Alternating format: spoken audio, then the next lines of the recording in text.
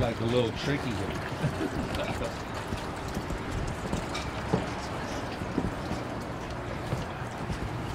Hey, how are you?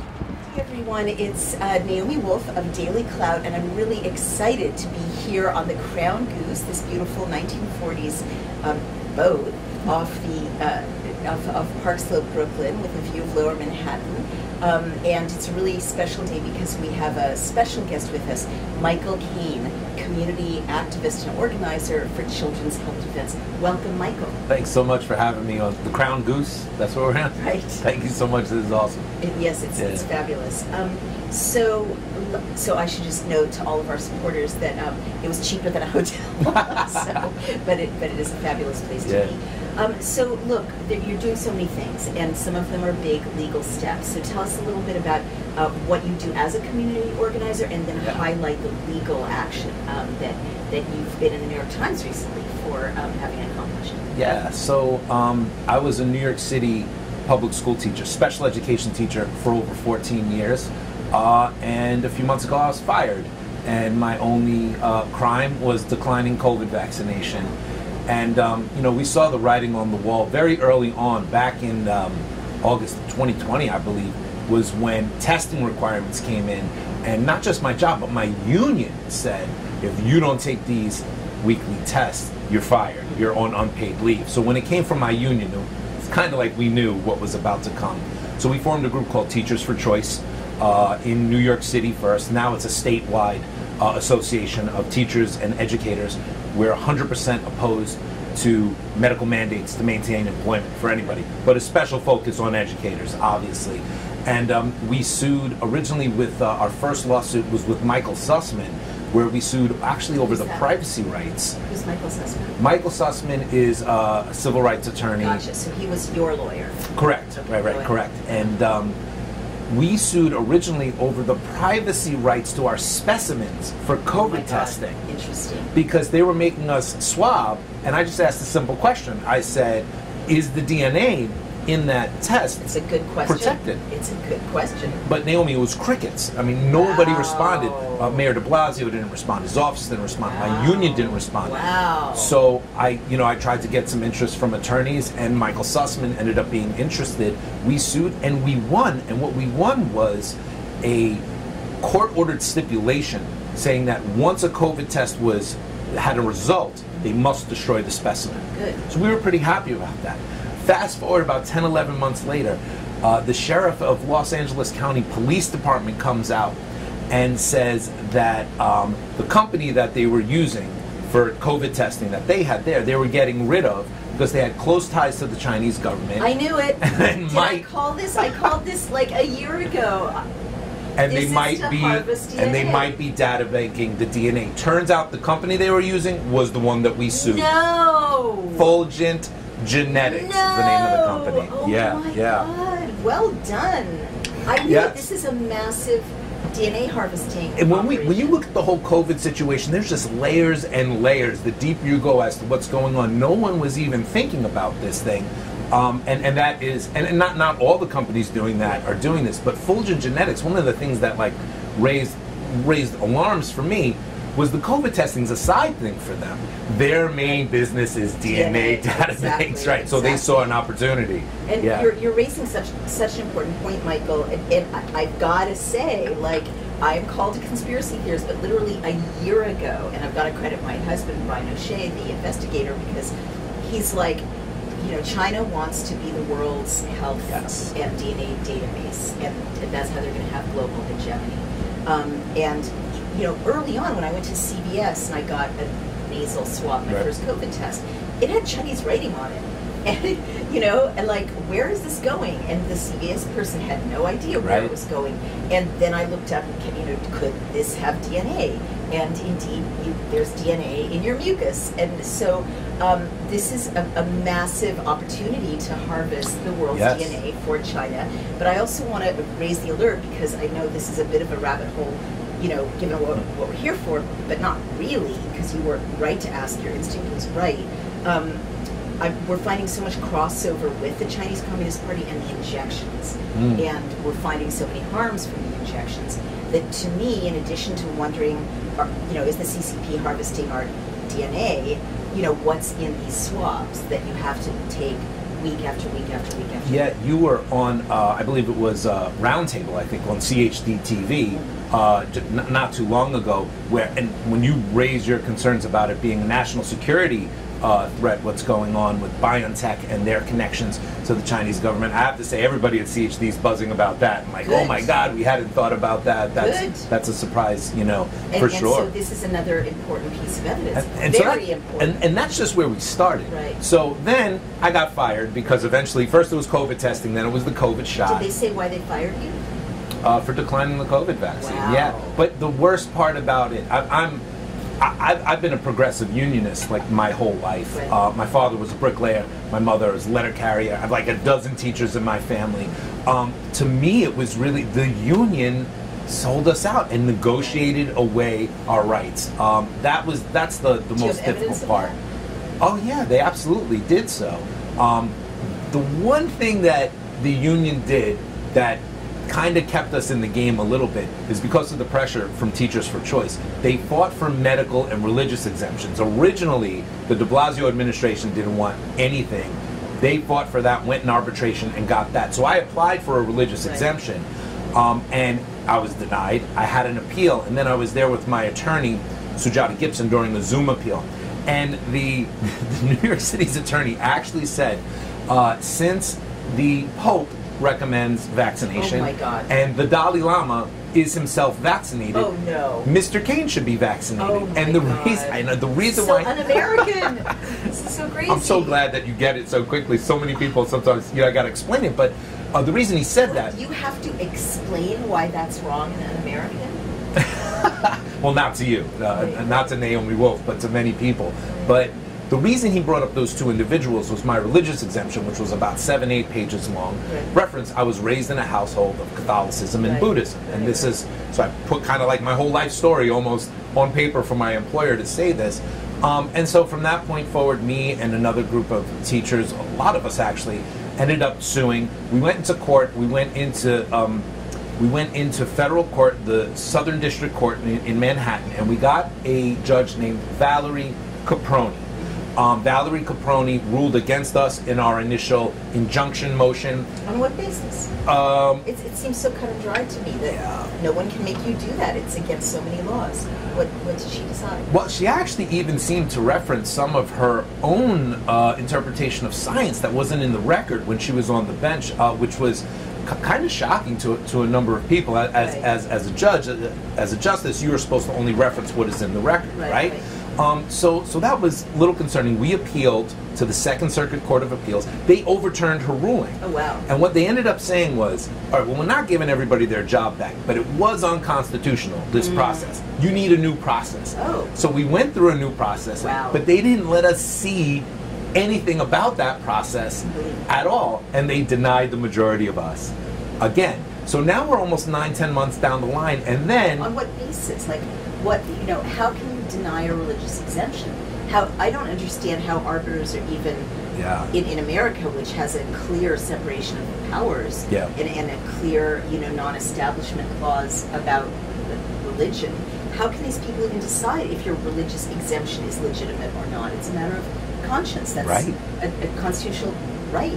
Well, one of the main cornerstones that they kept resting on was that there was an undue burden to the city because they claimed we were a clear and present danger to the school community by being unvaccinated. So then they had to remove us so we couldn't do our jobs and function the way they needed to. Unbelievable. Yeah, they actually, that's our status right now. So that's the imaginary science because there's no harm from unvaccinated people. Even Bill Gates at the World Economic Forum just a couple weeks ago said if we're going to be checking everyone's vaccine status and the vaccine doesn't stop transmission, what's the point? And almost like leaves everybody looking kind of silly trying to argue we're a clear and present danger. So anyway, with Valerie Caproni was the justice overseeing this case, my attorneys came to me and said, Michael, we now have enough proof to show that Valerie Caproni likely owns $50,000 to $100,000 in Pfizer stock. Oh my Whoa. gosh. And she's overseeing the case for almost 10 months and ruled against us and had that ruling overturned in the higher court. They filed requesting that she recuse herself. She granted it. She recused herself but said she didn't see how this caused any problem. No. That's what she said. What are the norms for justices if they're ruling on a case in which they have a conflict of interest? So this is a really hot button issue right now. In his end year review, Justice Roberts of the Supreme Court made this a real focus about how even the perception of a conflict of interest, especially on the federal bench, must not be allowed. And that came on the heels of a Wall Street Journal article that went very in-depth and detailed about 150 plus conflicts of interest on the federal bench. Oh my gosh. So it just so happens to be a hot button issue right now. Yeah, so good. when this came up, she recused herself. They gave us another justice, Justice Ramos, also in the Southern District Federal Court. We asked him to recuse himself because he owned Pfizer, AstraZeneca, Merck, companies affiliated with Moderna, every company that makes the COVID vaccine. Thankfully, Justice Ramos recused himself within hours of the request. And then we ended up with a Justice Naomi Bushwald, who we found in her 2020 disclosures owned up to $250,000 in Pfizer stock as of 2020. How is it that you guys kept being assigned justices with ownership of stock, since that was the reason the first one had to? It's a great question. So it's almost like they're playing with you guys. Well, it feels like that. They claim that it's a random selection, is what they claim. So we had someone on the legal team go and take a look at all of the justices. Well, let's go through all of their disclosures from 2020. That's all we have right now is 2020. It's all they're legally required to disclose. And about 55% of the justices owned big pharma stocks. But the other side of that is that means 45% didn't. Right. So it's not like there isn't a judge out there that they could get us with no conflict of interest, right? So anyway, Judge Bushwald responds and she says she's not going to recuse herself. We ask for more information and it ends up, she says, at the time I was assigned the case, I did not own the stock. Bushwald is saying to us, she was just assigned it. She was just assigned. And she's saying you had outdated information. So we have requested the most updated information. For all we know, she sold it the day before she was assigned the case. We don't have that information. But Justice Bushwald is the presiding judge now. All of this caught the attention of the New York Times, who did actually a very fair piece overall. They didn't focus on the guts of our case, but they really got into the conflict of interest issue. So, hey, shout out to the New York Times. I rarely say that, but shout out to the New York Times. We really appreciate the fair coverage. So hopefully Justice Bushwald, is kind of on notice and will, deal with our case fairly and properly. But these are the twists and turns in 10 months of people not having jobs. I mean, I talk to teachers all the time in tears, getting kicked out of their apartments, losing their cars. That's what's happening to a lot of us now. Yeah. Because it's been 10 months on average, since you guys were kicked out of your jobs. Yeah. And so some people. Used up. Yeah, and the school system even did this thing where if you want to keep your health benefits, we'll give you health benefits during this time while you're on unpaid leave, but you can't work anywhere else.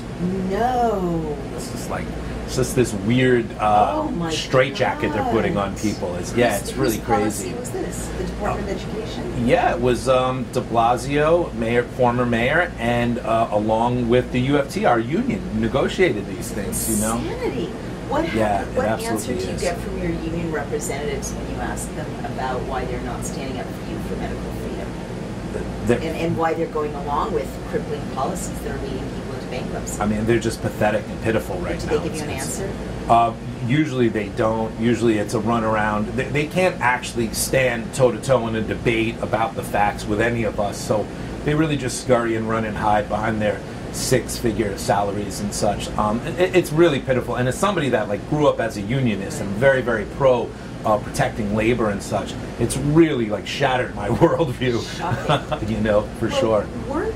Didn't the head of the teachers union actually meet improperly with Rochelle Walensky to talk about implementing COVID policies? There's definitely emails that showed up, and that is Randy Weingarten. Randy Weingarten is the head of the national union that my New York City union is a part of. I've actually met with her for over an hour with my team and her team. She actually said insane things to me, like vaccine-induced immunity is superior to natural immunity. No, she didn't. Just crazy stuff. We cracked up, and she had a whole host of people on the call on her team for AFT, it's a major, multi-million-dollar union. And I said, please go fact check what Miss Weingarten just said there, because I don't know if the human race would even exist right now if what she was saying was true. Yeah. It's madness. Yeah, it is. But one thing I definitely want to say is thank God for Children's Health Defense. If it wasn't for them, I don't think this case would have had legs. They came in, they've supported it, they've provided strategy, attorneys, funding, and just I couldn't possibly thank Robert F. Kennedy Jr., Mary Holland, and just everything that they've done. And then others came in as well too, and other law firms and other teachers and other educators, and for sure just really saw the Most High powers and God working to really, we have a really solid case. The only problem is, will we win next month? Will we win next year? Will we win in 10 years? It's how the court systems work. Yeah. Tragic. And in the meantime, people are faced with getting another job and losing their health benefits and leaving their profession that they love and train for. Yeah, I mean, losing seniority, losing their position, losing retirement. I mean, that's something that happened to me, but there's no way I'm getting this thing. I mean, and for anybody that wants to get it, that's great, but there's no way I'm getting it. No one's coercing me into this. I made that decision up a long time ago. And the policy hasn't changed even now. In New York City, no. So many places it's dropped. Not here in New York City. Bizarre, and the mayor is even going after little kids and school children. So he just floated that. He just dipped his toe now into the possibility that he's going to mandate the COVID vaccine in September. I have to say, I'd be shocked, because it's still EUA. There's a lot of cases that are losing trying to mandate EUA COVID vaccines to kids, and November is the election. So, I mean, I don't know. You never know. The Mayor Adams is a little crazy himself with this stuff too. So for teachers, this insane mandate still holds even now. That no booster mandate though. So people got this vaccine like 8, 9 months ago, 10 months, 12 months ago. As long as you got those 2 shots, or the J&J, I don't even know how they do it. But this has nothing to do with public health. No. This has to do with shut up, comply, do what you're told, and maybe we'll let you retire. I just want to know, what is the money flow to the Department of Ed and the unions to do this? I know that there was $1 billion in the CARES Act to boards of health and to school boards, to comply with COVID policies and push the vaccine. But this is so corrupt, and I want to understand who's getting bought off and how. So one of the big things in New York City right now is there's been a massive exodus of kids. So some 200,000 kids. It's 1.1 million kids are in the system. Now I believe it's 900,000. Because 200,000 kids left. Parents leaving, homeschooling, all different types of things that have happened.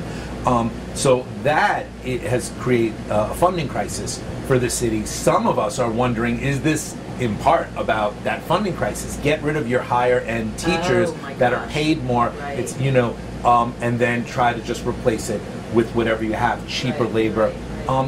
But still, just the insanity of New York City. I just saw they have 4,000 vacancies in New York City now, nevertheless, because I think teachers are running, teachers, paraprofessionals, aides, everybody. I think they're all running for the door as well, too. School system, there's how many vacancies? 4,000 vacancies right now. At the same time, you would expect that they wouldn't have that because they're losing kids. New York City is a bizarro world. It's a clown world of what's going on in education right now. And you're right, it's one of the few, to my knowledge, that's holding on. One of the few that's holding on to LA might still have it. I'm not 100% sure, but a lot of places have had it and dropped. I mean, in Canada and lots of places that have it. And so more and more, as you probably know, I spoke about this on CHD-TV, we have a group of 3,000 experts reading through the Pfizer documents. You guys are reading through the Pfizer documents, and there's massive harms revealed by these documents. Is this not breaking through at all to the decision makers in the mayor's office that these are dangerous injections with possible huge exposure down the line? It's a great question. If they keep mandating. It's so unfortunate. When Eric Adams ran in the primary, he clearly publicly indicated he was not going to mandate it for teachers not going to mandate it for students. Once he wins the primary, he changes his tune, because in New York City, you win the Democrat primary, basically you won the mayorship. So we were hoping for something better. He also cured himself of diabetes naturally, and his mother. Wow. So we had some hopes of him being a little more rational. Does he not know, and does your union not know, that there's evidence upon evidence upon evidence that people who are getting these injections are getting sick or dying? I firmly believe the mayor doesn't care and won't even look at it. That's what I firmly believe. Our city's going to hell right now in New York City. You have a crime wave in New York City right now, and we are down 2,000 cops. We're in the hole with 4,000 more with appealed religious exemptions. And what is he doing? He's denying approximately 200 every single week. We're going further and further and further down. This mayor has the opportunity to stop that, keep the police that we need, keep the city in shape, and he's not doing it. Meanwhile, while the headlines are of shootings and of killings, he is tweeting about the first time he went jet skiing and what a great job he did. There's such a disconnect from him. The level of, I never thought I was going to say, this guy's worse than de Blasio. That was a really tough time. And one thing, this is a weird thing coming from me, but I think de Blasio even had a little bit more character to him. I believe de Blasio really in his heart believed in mandates. I actually think it was. We see clearly now. Mayor Adams believes in whatever benefits him in that moment. So if he's going to get rid of the mandates for athletes and performers, he will. But keep it for others, he will. Whatever benefits him. It's really, really sad. Really sad. This is so tragic. And I mean, as you're speaking, I'm thinking, and it's systemic, right? We had Bravest for Choice here last night. They're going to be at our event tonight. Firefighters, right? They're losing firefighters. They're probably losing healthcare workers. So this is such a great way to cripple the greatest American city. It's a great way to kill a city, and a city that's a finance center, a city that's a culture center, an innovation center. I'm not asking you to agree with me. That's just like you're adding so many pieces to my conviction that this is a systemic way to kneecap us. Well, as I mean, a society. the only thing I'll say to that is I hope you're wrong. Yeah, I hope I'm wrong too, of course. That's all I could say. But the only other thing I want to say, and it seems like you've really covered like the main highlights, and I'm so happy to be able to inform our audience about this, is I spent most of my adult life as a New Yorker, and you grew up as a New Yorker. You served this country. I'm sorry, this city and this country, obviously. I guess my last two questions are, to me, the lasting damage, and I wrote about this in the Bodies of Others, is there's immediate damage to the bodies of people who took the injection and to the workforce.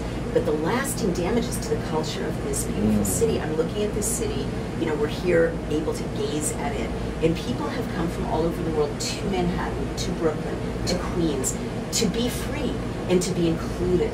And so to me, to this construction of a discrimination society is the lasting harm, to our city. The acceptance of exclusion is the lasting harm to our city. It's completely changed the city from what I feel. And I guess I'd like you to comment on that, but I also, my final question is, how is the loss of all these wonderful teachers affecting kids? So, in regards to your first comment about the impact on the city here, and the long-lasting impacts, you're right. It's a bad situation. But there are still people here who remember New York 20 years ago, 40 years ago, who are fighting for it. The people in Bravest for Choice, New York Freedom Rally, Teachers for Choice. There's so many groups that have rose up and have really fought and are fighting and continue to. And everybody needs to join us. Everybody needs to be a part of that, because I don't believe at all it's a fait accompli. I don't believe at all New York City is dead. New York City's been through a lot. New York City's gone low before. And I firmly believe that the city can rise again. We fought back a lot of things, There's tons of stuff that came here that aren't here. Vaccine passports that were here. This city embraced them and loved them. And what did we do? Gone? Oh yeah, they're gone. The key to the city is gone. Absolutely. That's what they called it, the key to the city. That's gone. You fight so hard to get rid of these things, and there's no front page, and there's no news coverage. I literally live 2 hours outside the city now. I did not know that. And it came just weeks after Defeat the Mandates DC, right? When we got 40,000 people down there, maybe more, and Philadelphia, Boston, New York City, Washington, D.C., they all fell within weeks of that. That's directly from our efforts. So people always say, why do we do this? There's no point. There is a point. We have a powerful, massive people's movement here. And I think New York City's brightest days are still ahead of us. And then in terms of teachers, you asked about the impact on kids. Kids have always been just a side thought in New York City. I've seen that, especially as a special education teacher. In New York City, the principals are always trying to stretch $1 out of 15 cents. And it's not the principal's fault. It goes all the way up to the mayor, because we have mayoral control in New York City. One person effectively controls the outcome of a million kids. You don't have school boards like you do in most other places. Weird. Yes. So it's an extremely powerful position. When I got fired from my job, well, first placed on leave without pay, my principal cried, telling me that I had to leave. There's your students must have been heartbroken. There was special ed students taking away their teacher who knows them and understands them. But worse, they didn't replace me. Oh my God. So that's the stuff that happens in New York City, because the resources are so far stretched. They don't have trained personnel. Their budgets aren't doing well. They don't replace the person. They replace it with a substitute, somebody that's coming and going every week. The impact on the kids has been a travesty, and very few people care. Very few people are doing anything about it. You're seeing your special ed students are being taught by substitutes who come and go. At best, sometimes they're not. That's catastrophic. So, for example, there was classes that 2 teachers were required, where you have a general ed teacher and then a special ed teacher, and my responsibility was the kids in the room that needed extra help. And I would go build relationships with them, see what's happening, and then come up with a plan for them. Sometimes they just don't have that person. It's just not there. Unbelievable. Yeah. Tragic. And again, what better way to crush the next generation? Not educate them. Our beautiful legacy of public education that people have fought for generations, absolutely hampered by these insane mandates. Yeah. So Michael, thank you so much for joining us today. How can people help you? The best way is to go to childrenshealthdefense.org, reach out there, and if you support the cases that we're involved in fighting for, New York City teachers as well as firefighters, healthcare workers, military personnel, there's so many lawsuits we're doing. I encourage you to donate to Children's Health Defense, because they're really doing so much to assist us. You can also check out the work we're doing at teachersforchoice.org. But right now, in terms of any help, if anyone can, donate to Children's Health Defense. It's unbelievable the work that they're able to pull off right now. Absolutely. And if you have protests or events, can people support you by joining them as well? Yeah, absolutely. I always get that information out at teachersforchoice.org, teachersforchoice.org, and we'll always have that out about protests, about, we're in election season now. There's so many different things for people to get engaged in. It's not the time to fall asleep. It's time to fight. Well, you've really encouraged me, and I know the people watching. Thank you for all you're doing. Michael Kane, thank you, CHD, and thank you all for watching. Go fight back. Thank you so much. Thank you. It's Naomi Wolf of Daily Clout, and I am asking you to please, if you like the video you just saw, support us, become a member, donate. You can send checks to P.O. Box 24, Millerton, New York, 12546, or go to Daily Clout, DAILYCLOUT, become a member or donate. Thank you so much for your support. Every penny goes for paying our hardworking staff, paying hosting costs, and paying our lawyers who have been leading the fight to keep you safe and free, to keep the Constitution safe and to keep you free. Thank you so much.